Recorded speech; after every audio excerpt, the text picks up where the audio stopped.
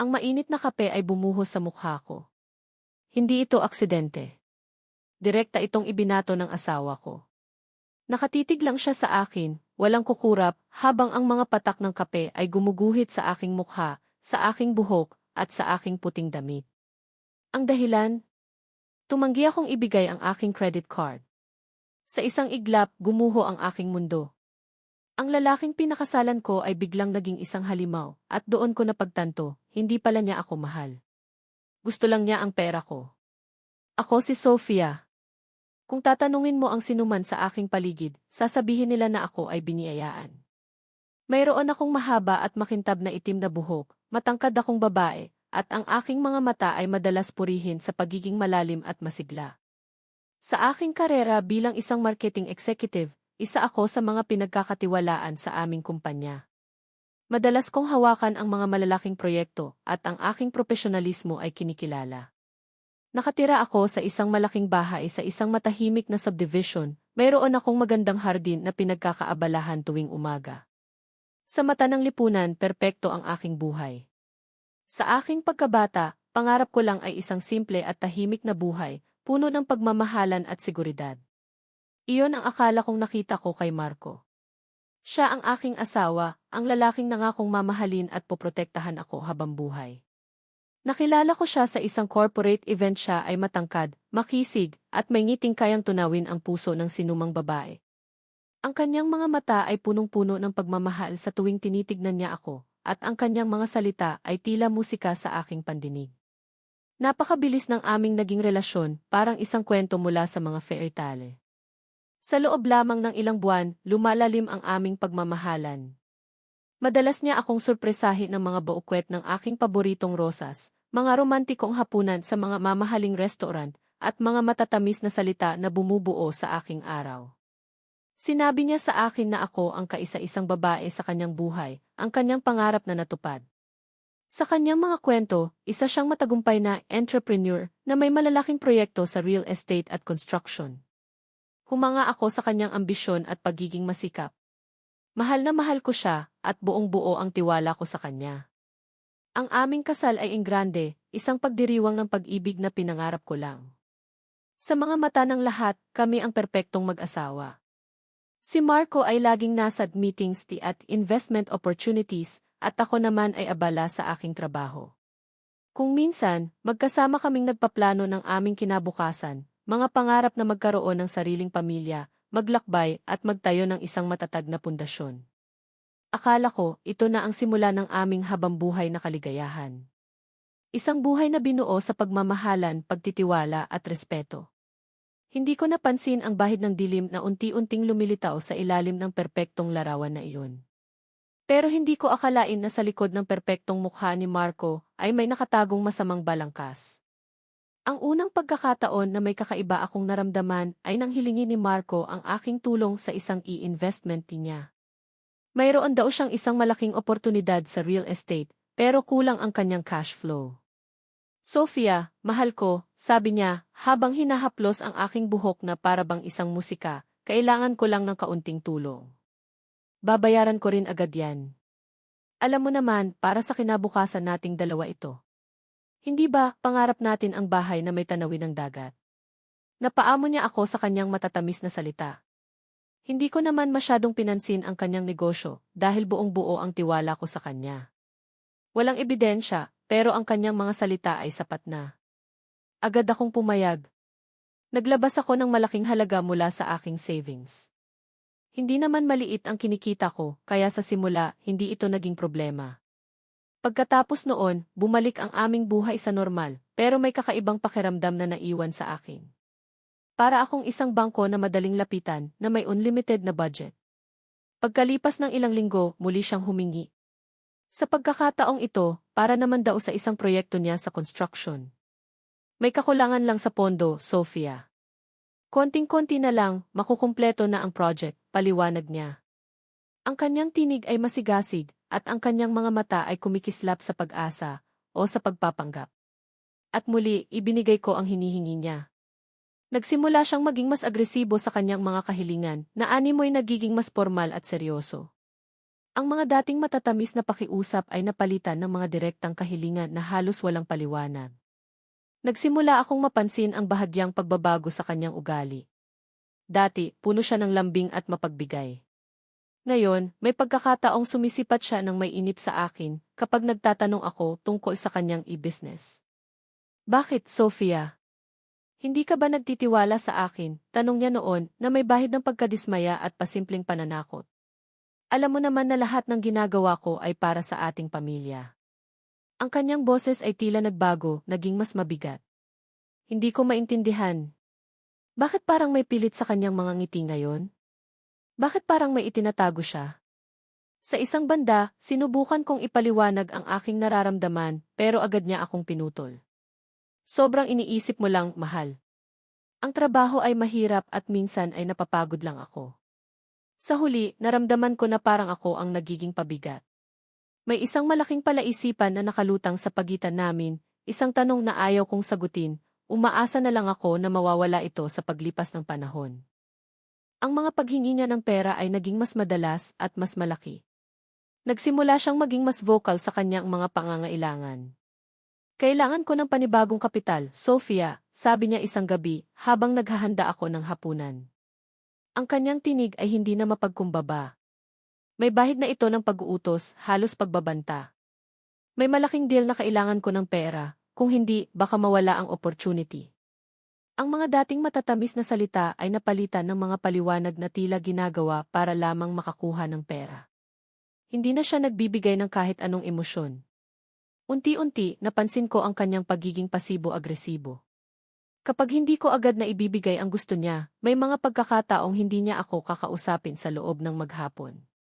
Madalas siyang mauwi na galit at sinisisi niya ako sa kanyang mga stress sa trabaho.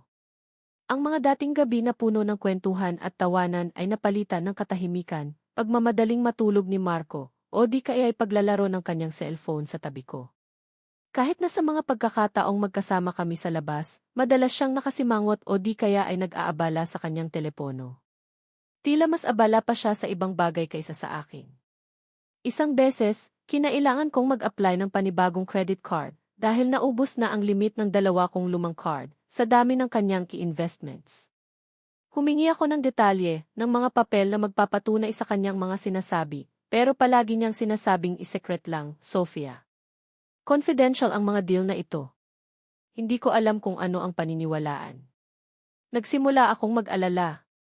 Ang mga kaibigan ko, napansin din ang pagbabago sa akin. Madalas akong balisa at payat na payat.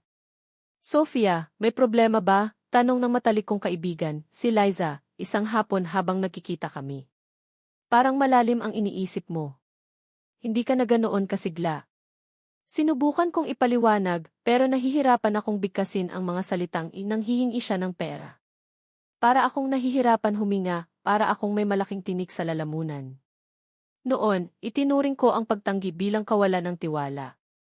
Ngayon, ang pagbibigay ng pera ay nagiging isang malaking pag-aalinlangan. Nagsimula akong mapansin ang mga maliliit na bagay, ang mga bagong gadget na hawak niya na mas mamahalin kaysa sa aking mga kagamitan, ang mga biglaang out-of-town trips na hindi niya ako isinasama, ang mga meeting niya na madalas umaabot ng hating gabi na wala akong ideya kung saan at sino ang kasama niya. Hindi ko siya pinaghihinalaan noon, pilit kong sinasabi sa sarili ko na normal lang ito. Ngunit sa aking pagiging inosente, ay nagiging mas malalim ang hukay na aking kinakaharap. Ang pamilya ko, nakapansin din ang nanay ko ay madalas nagtatanong kung bakit hindi na kami gaanong dumadalaw sa kanila. May problema ba, anak? Sabihin mo lang sa amin, sabi niya. Ngunit wala akong masabi. Ang mga pakiusap niya ay naging formal na utos. Ibigay mo sa akin ang credit card mo, Sophia, sabi niya isang umaga, habang nag-aalmusal kami. Ang boses niya ay walang emosyon, parang nag-uutos sa isang empleyado. Kailangan ko para sa bagong investment. Ngayon na. Walang tanong-tanong. Ang mga mata niya ay nanlalamig, malayo sa dating Marco na nakilala ko. Wala na ang kanyang mga ngiti at ang kanyang mga salita ay puno ng pagkairita. Nagsimula akong magtago ng ilan sa aking credit cards. Hindi ko na lang siya sinasabihan na mayroon pa akong iba. Ngunit hindi ito nakaligtas sa kanyang pansin. Bakit nabawasan ang mga card mo, Sophia? May tinatago ka ba sa akin? Ang kanyang boses ay tila nagbanta. Minsan, nakita ko na lang siyang nag-check ng aking pitaka habang natutulog ako. Doon ko naramdaman ang matinding pagkalungkot at pagtataksil. Ang asawa ko, ang taong pinagkatiwalaan ko ng buong buhay ko, ay nangangalakal ng aking mga gamit na parabang magnanakaw. Nagsimula na rin akong mapansin na hindi na niya pinapansin ang aking mga personal na pangangailangan. Ang mga dating regalo ay nawala na at ang mga dating sorpresa ay naging mga utang niya. Minsan, kinailangan kong humingi ng pera sa kanya para sa aking gamot dahil sa sakit ng ulo at halos ayaw pa niyang ibigay. Ang laki ng gastos mo sa gamot, Anya, na para bang ako ang may kasalanan sa kanyang pagkalugi. Na halos hindi ko na gustong bumili ng gamot para hindi na ako mag-abala. Naging mas malala ang kanyang pagiging kontrolado. Nagsimula siyang magtanong kung sino ang kasama ko sa labas, saan ako pupunta, at kung bakit ako matagal umuwi. Ang mga dating tawag na puno ng pagmamahal ay naging mga pag-uusig. Minsan, sumusunod na siya sa akin sa aking mga meeting, at nakita ko ang kanyang pagdududa sa aking mga kaibigan. Ang kanyang tingin ay matalim at puno ng paghihinala. Nagsimula na akong ma-isolate. Hindi ko na makita ang aking mga kaibigan at malaki ang takot ko sa paglabas ng bahay. Ang aking mundo ay naging napakaliit at ang bahay na pinangarap ko ay naging isang bilangguan. Isang gabi, habang naglilinis ako ng bahay, nakita ko ang resibo ng kanyang mga binili sa ilalim ng kanyang unan. Isang mamahaling relo na hindi niya binigay sa akin, at mga alahas na hindi ko kailanman nakita na isinusuot ko. Doon ko napagtanto na mayroon siyang itinatago. Ang galit ay nagsimulang mamuo sa aking dibdib. Paano niya nagawa sa akin ito?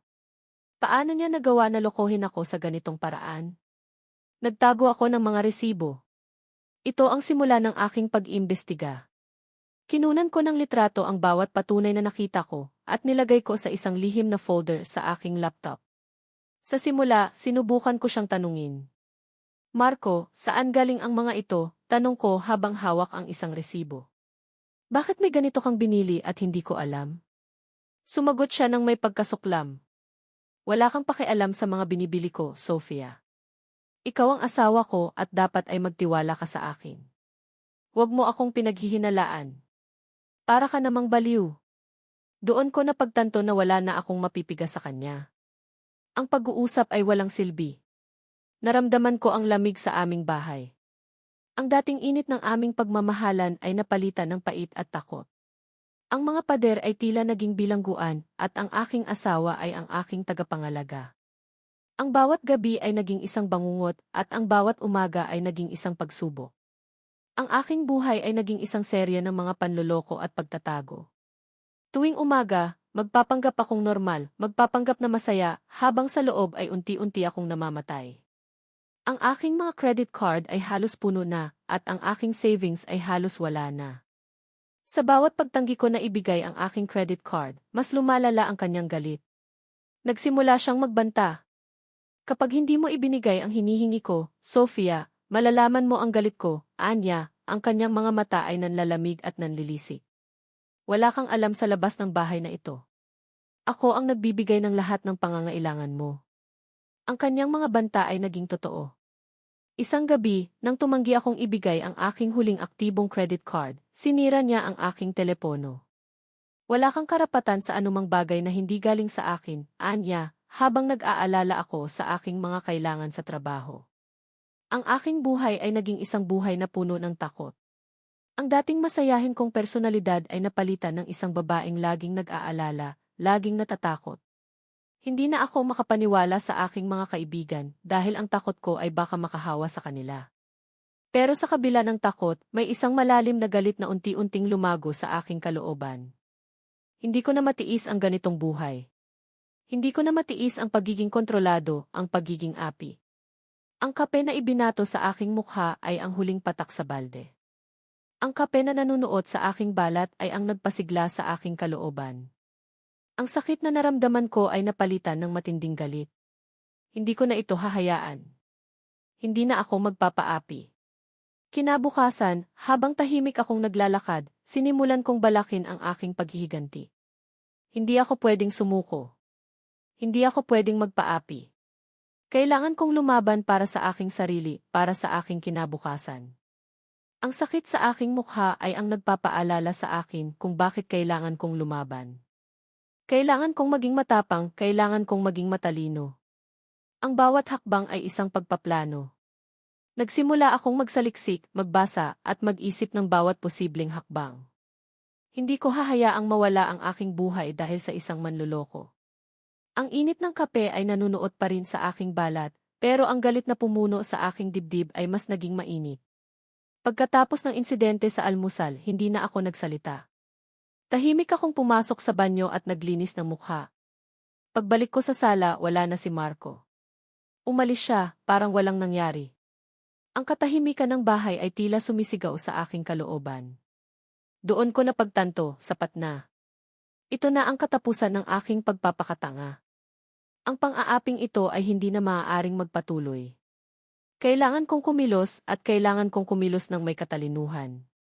Kailangan kong maghanap ng matibay na ebidensya. Hindi lang para patunayan na may mali siya, kundi para masira ang kanyang buong mundo at para hindi na siya makapangloko pa. Lihim akong kumonsulta sa isang abogado. Pinili ko ang pinakamagaling na abogado sa kaso ng diborsyo, kilala sa pagiging matalas at walang takot.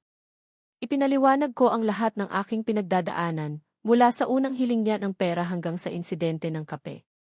Kailangan natin ng matibay na ebidensya, Sofia, sabi niya, ang kanyang tinig ay kalmado ngunit puno ng determinasyon. Para masiguro na hindi ka lang mapapawalang sala, kundi makakakuha ka ng hustisya at wala siyang makukuha mula sa iyo. Doon ako nagdesisyon na kumuha ng isang pribadong investigador. Isang linggo lang at bumalik siya sa akin na may mga impormasyon na nagpatindig ng aking balahibo. Si Marco ay hindi lang pala isang key entrepreneur. Siya ay isang manloloko. Mayroon siyang napakaraming utang sa iba't ibang tao at bangko. Ang mga i-investment niya ay puro panloloko. Ginagamit niya lang ako, ang aking kita, at ang aking credit card para bayaran ang kanyang malalaking utang at ipagpatuloy ang kanyang maluhong pamumuhay. Ang bawat pera na inilabas ko ay napunta sa kanyang mga bisyo at luho. Pero hindi lang iyon. Mayroon pa siyang ibang babae, isang babae na pinagbibigyan niya ng mga mamahaling regalo, ng mga bakasyon na pinangarap ko, at ng isang buhay na akala ko ay para sa aming dalawa.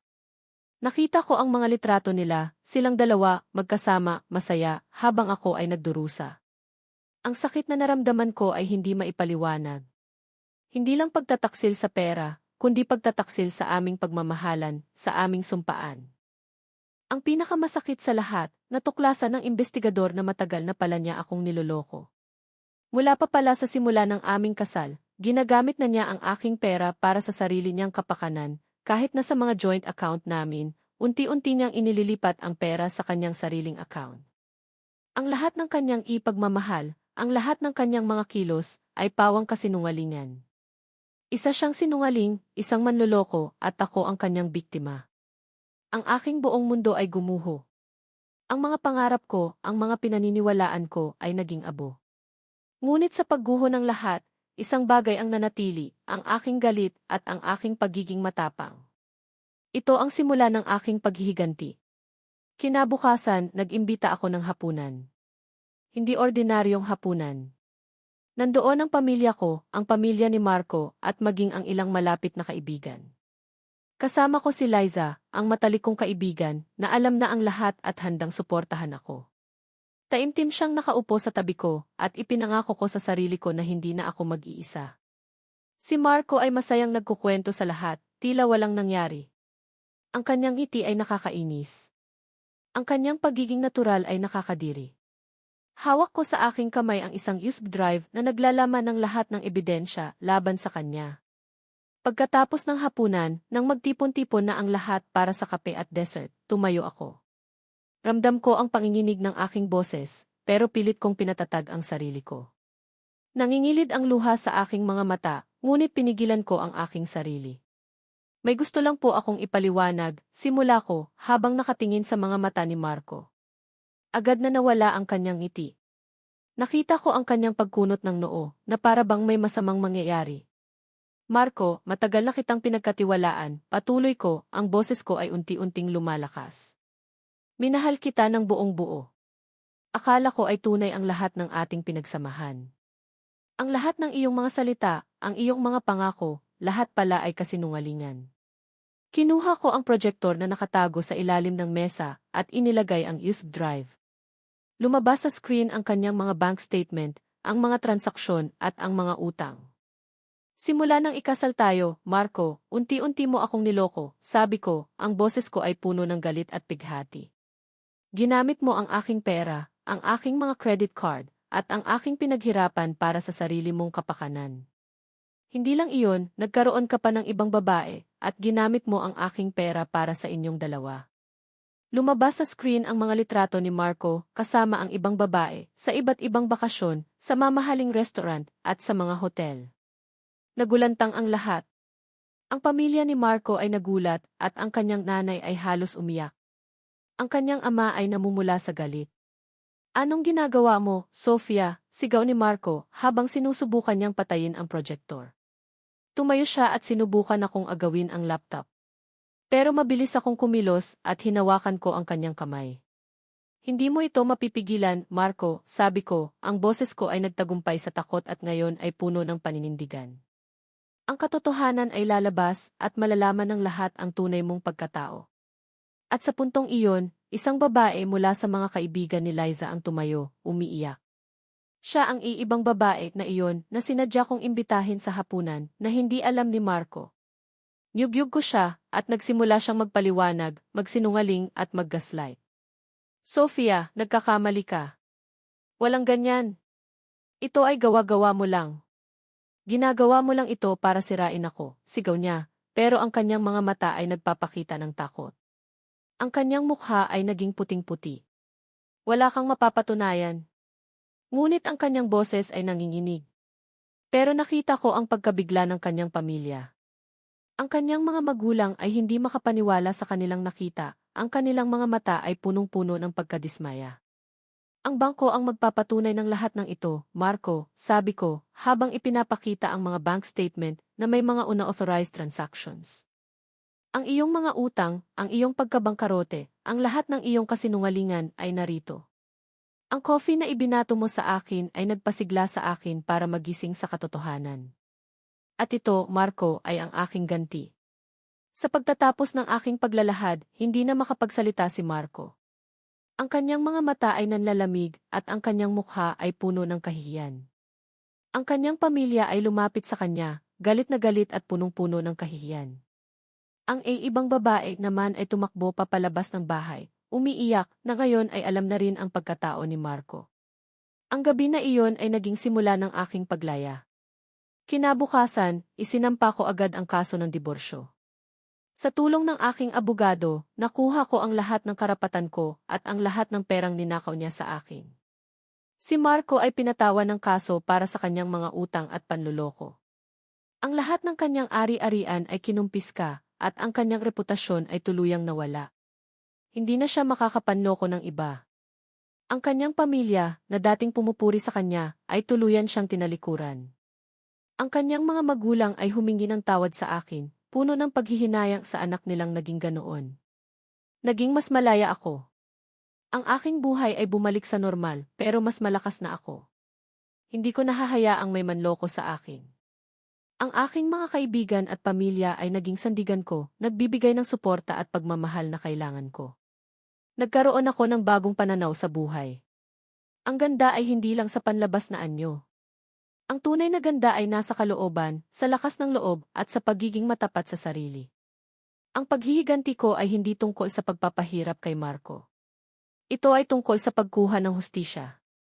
Ito ay tungkol sa pagpapakita na ang katotohanan ay laging mananaig. Ito ay tungkol sa pagbawi ng aking buhay, ng aking kapayapaan, at ng aking kontrol.